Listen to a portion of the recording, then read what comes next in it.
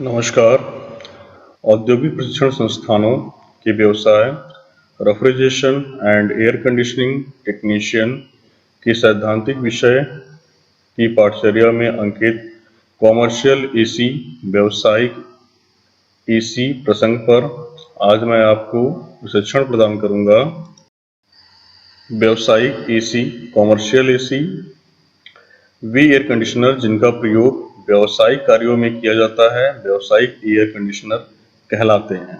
व्यावसायिक एसी की संरचना केंद्रीकृत या औद्योगिक वातानुकूलक मीन्स सेंट्रलाइज या इंडस्ट्रियल एसी के समान होती है।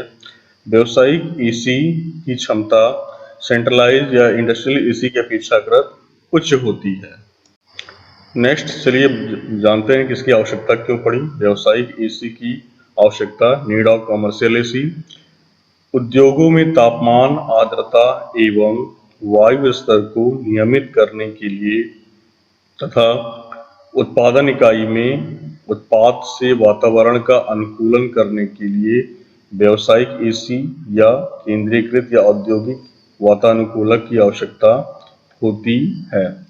देखिए, ऐसा होता है कि जो हमारी कॉमर्शियल एसी है इसका प्रयोग हम बृहद स्तर पर ही करते हैं। बृहद स्तर जैसे कोई प्रोडक्शन प्लांट, जैसी बात आई कि प्रोडक्शन प्लांट कोई मैन्युफैक्चरिंग प्लांट है, तो वहाँ पर क्या है कि हमें एक टेम्परेचर, ह्यूमिडिटी और एक एयर के लेवल को हमेशा नियमित करने की आवश्यकता होती है। क्योंकि हमारा प्रोडक्शन प्लांट में या मैन्युफैक्चरिंग प्लांट में हमेशा नए नए उत्पादों का जो है प्रोडक्शन होता रहता है, नए नए उत्पाद प्रोड्यूस किए जाते हैं, बनाए जाते हैं। तो यदि उनका उचित वातावरण, यदि उनको हम उचित वातावरण प्रदान नहीं करेंगे तो उनमें डिफेक्ट आ जाएंगे। जो हमने पार्ट्स बनाए हैं, जो हमने उत्पादन किया है, उनमें डिफेक्ट आ जाएंगे, कमी आ जाएंगी, जिसकी वजह से वो जो है मार्केट में सप्लाई के काबिल नहीं होंगे। तो इसलिए हमको जो इंडस्ट्रीज वगैरह है, मैन्युफैक्चरिंग प्लांट है, वहाँ पर एयर कंडीशंस करने की आवश्यकता होती है। क्योंकि हमारे जो प्रोडक्शन में कई मेटल्स के होते हैं, एल्युमिनियम, नॉन मेटल्स भी होता है, मेटल्स भी होता है। मेटल्स में जैसे लोहा हुआ और नॉन मेटल्स में से एल्युमिनियम हुआ आदि, कॉपर, इस तरह की चीज़ें हैं। तो उनमें अगर टेम्परेचर हाई रहेगा तो उसमें प्रोडक्ट में वियर एंड टियर आ जाएगा, मतलब वो खराब हो जाएंगे, टेढ़े मेढ़े हो सकते हैं, या उसमें चूंकि मेटल ही है तो उसमें टेम्परेचर अधिक होने के कारण उसमें प्रसार आ सकता है। तो इसलिए वहाँ के वातावरण को एक टेम्परेचर पर मेंटेन करना अत्यंत आवश्यक होता है। चूंकि प्लांट हमारा बड़ा होता है तो इसलिए वहाँ पर हमें व्यावसायिक एसी या कॉमर्शियल एसी जैसे उपकरणों की आवश्यकता होती है, पूरे प्लांट को एक टेम्परेचर पर मेंटेन करने के लिए। नेक्स्ट, व्यावसायिक एसी का कार्य सिद्धांत, वर्किंग प्रिंसिपल की बात करते हैं। व्यावसायिक एसी या केंद्रीकृत या औद्योगिक वातानुकूलक या मीन सेंट्रलाइज या इंडस्ट्रियल एसी, ये सभी जो है वेपर कंप्रेशन रेफ्रिजरेशन साइकिल के सिद्धांत पर कार्य करती हैं। वेपर कंप्रेशन रेफ्रिजरेशन साइकिल को चित्र में दर्शाया गया है, जिसे देख करके हम आसानी से समझ सकते हैं कि ये साइकिल हमारी कार्य कैसे करती हैं। तो चित्र के अनुसार इस साइकिल के मेन 4 कंपोनेंट हैं। नंबर 1 हमारा इवापोरेटर है, नंबर 2 हमारा कंप्रेसर है, नंबर 3 हमारा कंडेंसर है, नंबर 4 हमारा एक्सपेंशन डिवाइस है। इसमें हमारा एक द्रव, जिसे हम रेफ्रिजरेंट कहते हैं, रेफ्रिजरेंट के नाम जानते हैं, वो फ्लो करता रहता है। इवापोरेटर हमारा वहाँ कनेक्ट होता है, वहाँ होता है जहाँ पर हमें कूलिंग को प्रोवाइड करना होता है, मतलब ठंडेपन को वहाँ पे जहाँ प्रसार करना होता है, कूलिंग प्रोवाइड करना होता है, तो वहाँ पर इवापोरेटर को लगाते हैं। जो हमारा रेफ्रिजरेंट है वो इवापोरेटर में क्या होता है कि प्रेशर उसका कम रहता है, टेम्परेचर भी कम रहता है, इसलिए वो द्रव अवस्था में रहता है, काफ़ी ठंडा होता है। इवापोरेटर्स में क्या होता है कि वो जो वस्तुओं की ऊष्मा को या वहाँ पे जो ऊष्मा का उत्सर्जन अधिक हो रहा है उसको ये रेफ्रिजरेंट अवशोषित कर लेता है, और ये इवापोरेटर से डिस्चार्ज लाइन सक्शन लाइन के माध्यम से कंप्रेसर में चला जाता है, जहाँ पर कंप्रेसर उसको हाईली कंप्रेस करता है। कंप्रेस करने के पश्चात उसका प्रेशर टेम्परेचर दोनों बढ़ जाता है और पूरी तरह से रेफ्रिजरेंट वेपर फॉर्म में बदल जाता है। और ये डिस्चार्ज लाइन के माध्यम से ब्लू कलर की दिख रही डिस्चार्ज लाइन है और जो रेड कलर की दिख रही है सक्शन लाइन है। डिस्चार्ज लाइन के माध्यम से एक कंडेंसर में प्रवेश करता है। जब कंडेंसर में प्रवेश करेगा तो इसका प्रेशर टेम्परेचर दोनों अधिक होंगे। प्रेशर टेम्परेचर अधिक होने के कारण ये पूरी तरह से वाष्प होगा, किंतु जब कंडेंसर में प्रवेश करेगा तो यहाँ पर ये अपनी ऊष्मा का त्याग करता है। ऊष्मा त्याग करने के पश्चात जब ये कंडेंसर से बाहर आता है तो ये पूरी तरह से लिक्विड अवस्था में बदल जाता है। लिक्विड अवस्था में बदलने पर इसका प्रेशर तो अधिक होता है, क्योंकि टेम्परेचर इसका कम हो जाता है। फिर ये एक्सपेंशन डिवाइस में पहुंचता है। एक्सपेंशन डिवाइस में रेफ्रिजरेंट का एक्सपेंशन होता है, जिससे उसका प्रेशर घट जाता है। प्रेशर घट जाने से जो लिक्विड रेफ्रिजरेंट है उसका टेम्परेचर भी और घट जाता है। इस तरह से जब इवापोरेटर में पहुंचता है तो पूरी तरह से ठंडी अवस्था में प्रेशर और टेम्परेचर दोनों कम रहते हैं। ये पुनः इवापोरेटर में ऊष्मा का अवशोषण करते हैं और पुनः ये सक्शन लाइन के माध्यम से कंप्रेसर में जाते हैं।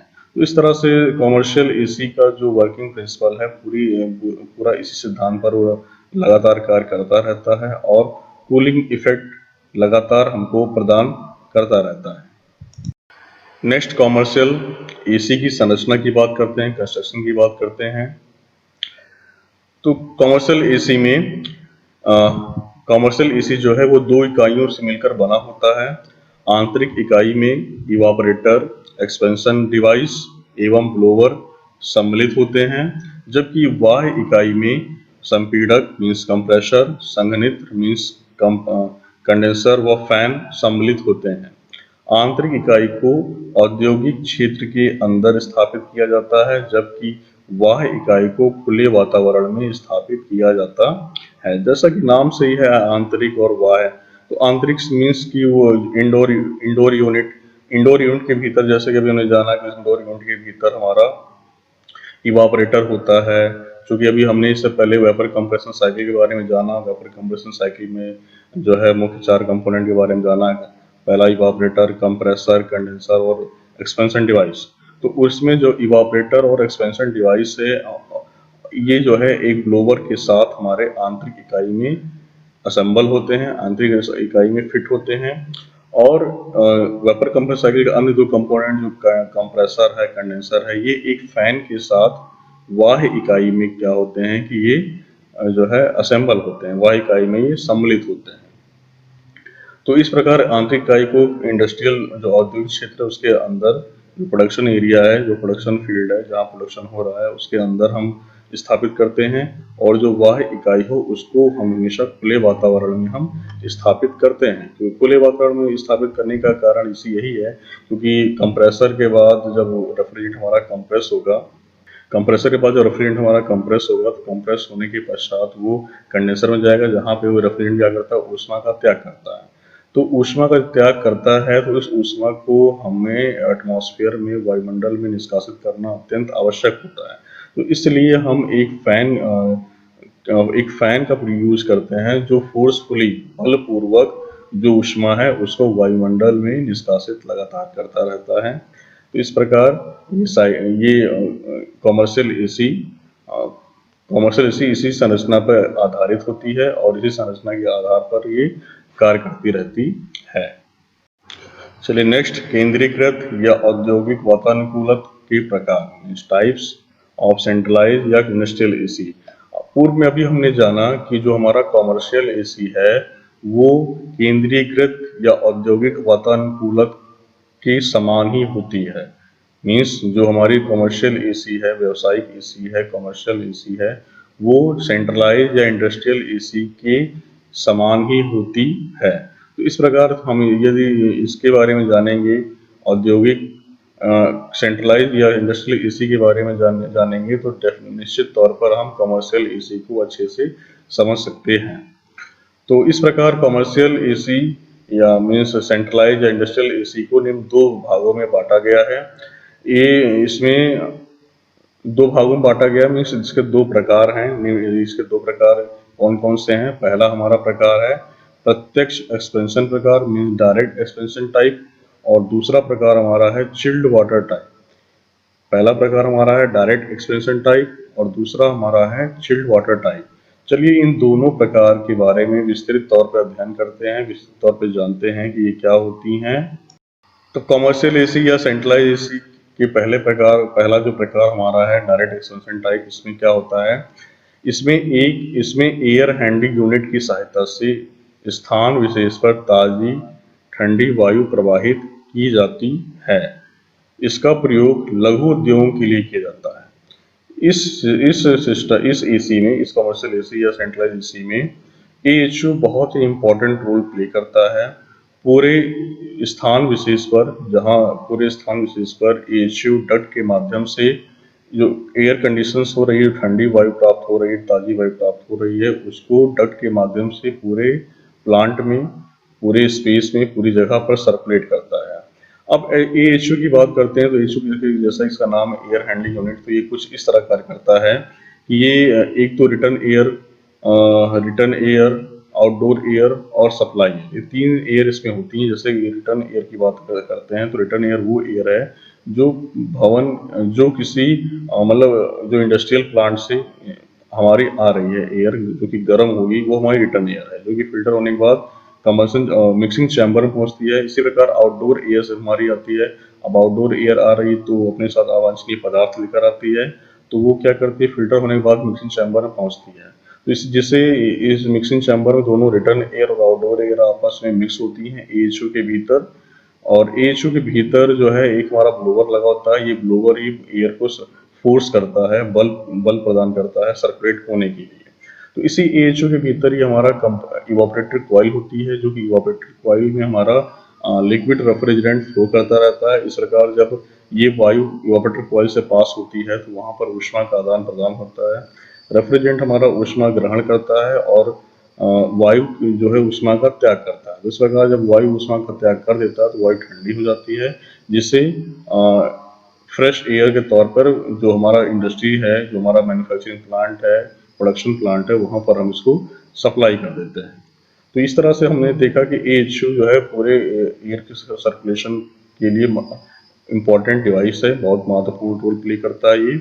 और direct expansion type commercial AC का जो है प्रयोग भी लघु उद्योगों के लिए करते हैं। हम बहुत बड़े उद्योगों के लिए इनका प्रयोग नहीं करते। सेंट्रलाइज एसी के डायरेक्ट एक्सपेंशन टाइप के प्रकार के बाद ये दूसरा प्रकार हमारा है chilled water type centralise AC. Chilled water type प्रकार का है। इसमें क्या होता है, इस प्रकार के वातानुकूलक में शेल एवं ट्यूब टाइप इवापोरेटर का प्रयोग किया जाता है। शेल एवं ट्यूब टाइप इवापोरेटर का प्रयोग किया जाता है। यह एयर हैंडलिंग यूनिट में ही व्यवस्थित रहता है। जैसा कि अभी हमने उसमें देखा कि जो हमारा एएचयू के भीतर हमारा क्या होता है, इवापोरेटर कॉइल। तो यहाँ पर वो इवापोरेटर कॉइल के स्थान पर shell and tube type evaporator का प्रयोग करते हैं, जो कि ये भी हमारा एएचयू के भीतर ही होता है। वहां पर जैसा कि एक बार फिर से मैं रिपीट करूं कि डायरेक्ट एक्सपेंशन टाइप में हमारा क्या था एएचयू के भीतर इवापोरेटर कॉइल, लेकिन चिल्ड वाटर प्रकार के टाइप के भीतर में एएचयू के भीतर हमारा लगा हुआ है shell and tube type evaporator. तो गर्म वायु इवापोरेटर शेल में उपस्थित चिल्ड ब्राइन को अपनी ऊष्मा देती है, तत्पश्चात प्राप्त वायु ठंडी होती है। इसका प्रयोग बृहद उद्योगों में वातानुकूलन के लिए किया जाता है। तो इस प्रकार जो हमारा एएचयू के भीतर हमारा shell and tube type evaporator है, उसके अंदर हमारा एक ब्राइन सोल्यूशन रहता है। ब्राइन सोल्यूशन एक नाम का एक लिक्विड रहता है। अब ये क्या होता है कि जब इवापोरेटर में जो रेफ्रिजरेंट फ्लो करता रहता है, जब इसके पास होता है तो इसमें ऊष्मा का आदान प्रदान करता है, तो रेफ्रिजरेंट ऊष्मा का त्याग करता है और चिल्ड ब्राइन जो है ये ऊष्मा को ग्रहण करता है। तो चिल्ड जो ब्राइन सोल्यूशन है ये ऊष्मा ग्रहण करता है, जिसके पश्चात जो वायु है वो क्या हो जाती है, ठंडी हो जाती है। और ठंडी होने के पश्चात इसको जो मैन्युफैक्चरिंग प्लांट, इंडस्ट्रियल प्लांट है, उसको वहां पर हम क्या करते हैं कि भेज देते हैं एयर कंडीशंस के लिए। इस प्रकार इसका जो प्रयोग है इसे बृहद स्तर पर किया जाता है। जैसा कि अभी हमने डायरेक्ट एक्सपेंशन टाइप में देखा कि उसका जो यूज है वो जो है ज्यादा लघु स्तर पर है, लेकिन तो चिल्ड वाटर टाइप का जो चिल वाटर टाइप जो है, इसे हम बृहद उद्योगों में वातानुकूलन के लिए प्रयोग करते हैं। चलिए नेक्स्ट है हमारा चिलर। एयर कंडीशनिंग सिस्टम में प्रयुक्त वह घटक जिसका प्रयोग जल व रेफ्रिजरेंट को ठंडा करने के लिए किया जाता है, चिलर कहलाता है। सामान्यतया संघनित्र के पास इसे संयोजित किया जाता है और किया जाता है। चिलर उन एसी सिस्टम में उपयोग किए जाते हैं जहां किसी स्थान विशेष को शीतलित किया जाता है। चलिए, चूंकि हम कॉमर्शियल एसी की बात कर रहे हैं, व्यावसायिक एसी की बात कर रहे हैं, तो व्यावसायिक एसी के अंतर्गत हमें बहुत बड़े प्लांट को एयर कंडीशंस करना होता है, वातानुकूलित करना होता है। तो इसलिए इसमें कंडेंसर की इफेक्टिवनेस, जो उसके प्रभाव है, उसको बढ़ाने के लिए, कंडेंसर के प्रभाव को बढ़ाने के लिए हम उसके पास में एक चिलर का प्रयोग करते हैं। तो चिलर का यूज होता है, जो रेफ्रिजरेंट हमारा जो है कंडेंसर से पास होने के बाद फिर ये इससे पास होता है, चिलर के माध्यम से पास होता है, तो रेफ्रिजरेंट हमारा और अधिक ठंडा हो जाता है। ठंडा होने के पश्चात ये पुनः एक्सपेंशन डिवाइस के माध्यम से इवापोरेटर में जाता है। तो इसका प्रयोग जैसा कि हमने जाना कि इसका प्रयोग उन्हीं स्थानों पर करते हैं, उन्हीं स्थान विशेष पर करते हैं जहां पर अत्यधिक जो है शीतलन की आवश्यकता होती है। नेक्स्ट चिलर के प्रकार की बात करते हैं। टाइप्स ऑफ चिलर, कौन कौन से चिलर्स के प्रकार हैं। तो ये निम्न 3 प्रकार के चिलर होते हैं। पहला हमारा है पैकेज चिलर, दूसरा हमारा है स्क्रू चिलर और तीसरा हमारा है रेसिप्रोकेटिंग चिलर या प्रत्यागामी चिलर, रेसिप्रोकेटिंग चिलर। तो इस तरह से चिलर के निम्न 3 प्रकार होते हैं। चलिए जानते हैं अब चिलर, इन तीनों प्रकार को विस्तार से जानते हैं। तीनों प्रकार के जो चिलर हैं ये क्या होते हैं। नेक्स्ट है फिर चिलर का प्रथम प्रकार है पैकेज चिलर। वे चिलर जिनमें शीतलन के लिए आवश्यक सभी महत्वपूर्ण घटक एक ही यूनिट में लगे होते हैं, पैकेज चिलर कहलाते हैं। पैकेज चिलर में ठंडा जल प्रवाहित किया जाता है जो संघनित्र से प्राप्त गर्म द्रव से ऊष्मा ग्रहण करके उसे ठंडा कर देती है। तात्पर्य यह है कि ये चिलर है, चिलर में यदि चिलर में सभी जो इम्पोर्टेंट पार्ट हैं, सभी अगर ये एक ही यूनिट के अंदर असेंबल है, एक ही यूनिट के अंदर इनको फिट किया गया है, तो इस तरह के चिलर को पैकेज चिलर कहते हैं। इस तरह के चिलर को पैकेज चिलर कहते हैं, पैकेज चिलर के नाम से जाने जाते हैं। पैकेज चिलर में क्या है कि हमेशा ठंडा जल प्रवाहित होता रहता है। पैकेज चिलर में ठंडा जल लगातार प्रवाहित होता रहता है। तो इस प्रकार जो कंडेंसर हमारा है, जो संघनित्र हमारा है, जिसमें हमारा जो वेपर रेफ्रिजरेंट है वो कंडेंस होकर लिक्विड रेफ्रिजरेंट में बदल रहा है, तो कंडेंस होने के पश्चात चूंकि वहां पर ऊष्मा का त्याग करता है, तो ऊष्मा का जब त्याग होगा तो उसके अंदर जो वाटर होगा, जो वाटर कूल्ड कंडेंसर है, तो वाटर होगा तो गर्म हो जाता है। तो उसको ठंडा करने के लिए, उस जल को ठंडा करने के लिए हम क्या करते हैं, इस चिलर में से उसको गुजारते हैं, चिलर से पास कराते हैं। तो चिलर के भीतर भी एक तरह का हीट एक्सचेंजर का कार्य होता है, इसमें ऊष्मा का आदान प्रदान होता है कि जो चिलर में ठंडा जल प्रवाहित हो रहा है वो गर्म जल को जो गर्म जल की जो ऊष्मा है वो चिलर में प्रवाहित होने वाले ठंडे जल को स्थानांतरित हो जाती है। इस प्रकार चिलर से जो जल बाहर निकलता है वो हमारा ठंडा हो जाता है और इसे पुनः कंडेंसर पर प्रवाहित करते हैं, कंडेंसर पूरे रेफ्रिजरेशन साइकिल सिस्टम में। तो इस प्रकार पैकेज चिलर हमारा कार्य करता है।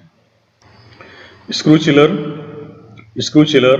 चिलर का दूसरा प्रकार है वह चिलर जिसमें शीतलन के लिए एक कंपार्टमेंट में लगे स्क्रू संरचना का प्रयोग किया जाता है, स्क्रू चिलर कहलाता है। अब यदि चिलर में एक स्क्रू उपयोग की जाती है तो इसे सिंगल स्क्रू चिलर, और यदि 2 स्क्रू उपयोग किया जाता है तो इसे ट्विन स्क्रू चिलर कहलाता है। सामान्यतया ट्विन स्क्रू चिलर का उपयोग अधिक किया जाता है क्योंकि इसकी क्षमता अधिक होती है। तात्पर्य यह है कि जो हमारा कंपार्टमेंट है, जो हमारा चिलर कंपार्टमेंट है, उसके भीतर यदि स्क्रू नुमा संरचना होती है, उसके भीतर एक यदि स्क्रू नुमा संरचना होती है, तो इस प्रकार के चिलर हमारे स्क्रू चिलर कहलाते हैं। अब जो कंपार्टमेंट के भीतर अब यदि एक स्क्रू है तो उसे हम सिंगल स्क्रू चिलर बोलेंगे, और यदि दो स्क्रू है तो उसे हम ट्विन स्क्रू चिलर कहेंगे। ट्विन स्क्रू चिलर के नाम से वो जाना जाता है।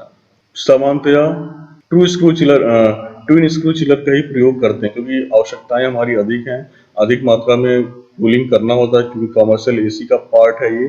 कॉमर्शियल एसी में हमें अत्यधिक कूलिंग कैपेसिटी की आवश्यकता होती है, इसलिए यहाँ पर सिंगल स्क्रू चिलर पर्याप्त नहीं होता है। इसलिए हम यहाँ अधिक कूलिंग कैपेसिटी अधिक देखते हुए, कूलिंग की मात्रा को अधिक देखते हुए यहाँ पर हम जो है ट्विन स्क्रू चिलर का प्रयोग किया जाता है, क्योंकि इसकी क्षमता क्या होती है, हमारी अधिकतम होती है, इसकी क्षमता अधिक होती है स्क्रू चिलर की, ट्विन स्क्रू चिलर की। प्रत्यागामी चिलर चिलर का तीसरा प्रकार है, जैसा कि पूर्व में हमने जाना। तो प्रत्यागामी चिलर मीन्स रेसिप्रोकेटिंग चिलर में क्या होता है, चलिए देखते हैं, जानते हैं। रेसिप्रोकेटिंग चिलर में रेफ्रिजरेंट अथवा जल को विभिन्न तापमान पर रखा जाता है, जिससे तापांतर के कारण इनपुट में प्राप्त जल ऊष्मा का त्याग करता है और आउटपुट में जल जो प्राप्त होता है वो ठंडी अवस्था में होता है। इस प्रकार आउटपुट में ठंडा जल प्राप्त होता है। यह सामान्यतया छोटी चिलर यूनिट में प्रयोग किया जाता है। फैक्ट्री पैकेज के रूप में उपलब्ध होने के कारण इसे कहीं भी स्थापित किया जा सकता है। कहने का तात्पर्य यह है कि रेसिप्रोकेटिंग चिलर में क्या होता है कि पानी को विभिन्न तापमान पर रखा जाता है। विभिन्न तापमान का मतलब है कि एक का तापमान हमारा अधिक होगा, दूसरे का तापमान हमारा कम होगा, जिसके कारण वहां पर टेम्परेचर ग्रेडियंट क्रिएट हो जाता है, तापांतर उत्पन्न हो जाता है। तापांतर के कारण क्या होता है कि जो गर्म जल है वो अपनी ऊष्मा का त्याग करता है, और जो ठंडा जल है वो ऊष्मा ग्रहण करता है, मीन्स उसमें ऊष्मा का आदान प्रदान होता है। तो जब जब जल हम ऊष्मा का त्याग कर देता है तो आउटपुट में जो हमें प्राप्त होता है वो हमारा क्या होता है, ठंडा जल होता है। कि वही सिद्धांत है, जैसा कि पूर्व में मैं बता चुका हूँ कि किसी वस्तु से यदि उसकी ऊष्मा को हम बाहर निकाल लेंगे तो वो वस्तु हमारी ठंडी हो जाती है। ठीक इसी प्रकार जो हमारा रेसिप्रोकेटिंग चिलर है, ये भी एक तरह का हीट एक्सचेंजर की तरह ही कार्य करता है। जो जल अपनी ऊष्मा को दूसरे जल को दे देता है, वो ठंडा हो जाता है। इस प्रकार जो आउटपुट में जल हमको प्राप्त होता है वो ठंडी अवस्था में रहता है। जो रेसिप्रोकेटिंग चिलर है, इसको जो है छोटे यूनिट में प्रयोग किया जाता है। इसे हम बृहद स्तर पर प्रयोग नहीं कर पाते हैं। कमर्शियल एसी का भी छोटे स्तर पर इसका प्रयोग करते हैं, क्योंकि ये फैक्ट्री पैकेज मीन्स छोटा सा संयंत्र होता है, ज़्यादा बड़ा संयंत्र नहीं होता है। फैक्ट्री पैकेज मीन्स एक साथ सारे पार्ट्स एक साथ असेंबल होने के कारण इन्हें कहीं भी स्थापित किया जा सकता है, कहीं भी एक साथ ले जाया जा सकता है। तो इस तरह से रेसिप्रोकेटिंग चिलर जो है बहुत ही इम्पोर्टेंट रोल प्ले करते हैं। प्रशिक्षण का सारांश देखते हैं, हम लोगों ने इस टॉपिक में क्या क्या जाना, क्या क्या सीखा। इस प्रकार हमने व्यावसायिक एसी, इसकी आवश्यकता, व्यावसायिक एसी के बारे में हमने जाना, और इसकी क्या आवश्यकता है, क्या नीड है, इसके बारे में हमने जाना। कार्य सिद्धांत, इसका वर्किंग प्रिंसिपल के बारे में हमने जाना। संरचना, इसका कंस्ट्रक्शन के बारे में हमने जाना, और हमने ये जाना कि ये केंद्रीकृत या औद्योगिक वातानुकूलक के समान ही होती है। तो इस प्रकार केंद्रीकृत और औद्योगिक वातानुकूलक के प्रकार के बारे में जाना। जैसे प्रकार हमारे हैं डायरेक्ट एक्सपेंशन और चिल्ड वाटर टाइप प्रकार जो हैं, इनके बारे में हमने क्या किया, विस्तार से अध्ययन किया। इनके अलावा जो व्यावसायिक एसी में इम्पोर्टेंट कंपोनेंट है चिलर, इसके बारे में हमने जाना। चिलर के प्रकार जैसे पैकेज चिलर, स्क्रू चिलर और रेसिप्रोकेटिंग चिलर, इन सभी का विस्तार पूर्वक हमने क्या किया, अध्ययन किया। संदर्भ की बात करते हैं तो refrigeration and air conditioning Arihant publication की पुस्तक से मेरे द्वारा कंटेंट लिया गया है। कॉमर्शियल एसी से संबंधित जो भी कंटेंट है वो सभी refrigeration and air conditioning Arihant publication की पुस्तक से मेरे द्वारा लिया गया है। रेफ्रिजरेशन एंड एयर कंडीशनिंग के रॉयल पब्लिकेशन पुस्तक से मेरे द्वारा कंटेंट लिया गया है। और नीलकंठ एंड नीलकंठ पब्लिकेशन की रेफ्रिजरेशन एंड एयर कंडीशनिंग की पुस्तक से मेरे द्वारा कंटेंट लिए गए हैं, कॉमर्शियल एसी से संबंधित सभी चीज़ें। इस प्रकार आज मैंने आपको कॉमर्शियल एसी से संबंधित प्रशिक्षण प्रदान किया। आशा करते हैं ये प्रशिक्षण आपको भविष्य में मददगार होगा। धन्यवाद।